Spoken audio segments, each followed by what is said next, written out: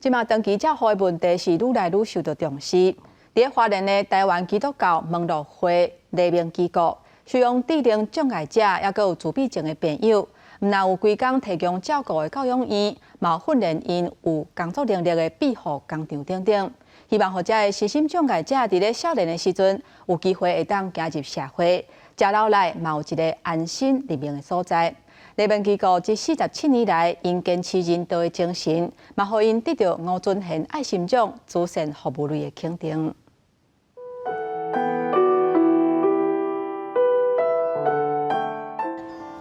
牛奶包，你好，你米票包查看看哦。唔惊青婚，骨力招风。黎明心脏庇护工场的老师带一群身心障碍囡仔来摆搭。伫花莲的黎明机构是专门照顾智能障碍者、自闭症患者的单位。因自1977年创立到今，已经行过47档。因希望智能障碍囡仔通有机会培养能力，参与社会。你会不会紧张？不会，会，真的喜欢跟人互动，是不是？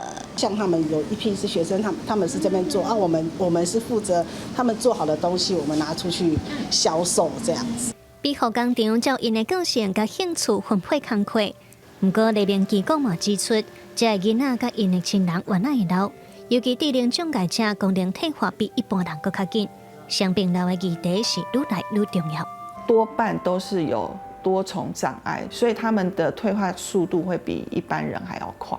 不管是像我们现在的动辅，或者是音乐舞蹈，或者是职能上面的一些辅助治疗，都很是希望帮助他们更多的刺激，延缓他们的老化。障碍程度有分轻重，无法度自立的黎明教养院会使协助安迪通过几工。像秀梅是细汉时发烧退袂落来，佮昏迷1、2个月，影响到智能发展。今年已经50几岁，这几年伊的行动佮认知功能愈来愈退化。秀梅的阿母讲，当食老啊，顾甲真食力。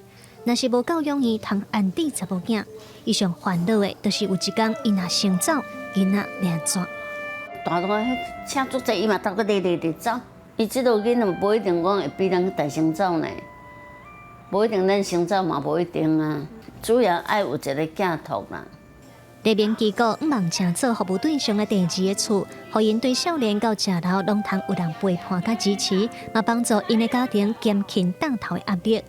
黎明机构9年坚持的人道精神，嘛得到吴尊贤爱心奖慈善服务奖的肯定。因除了表示感谢，嘛希望社会通重视这个议题，给因支持，互黎明机构通久久长长，陪伴需要帮助的人，对黑暗当中行向天光的迄一日。记者卢尚祖、郑俊佑、华联报道。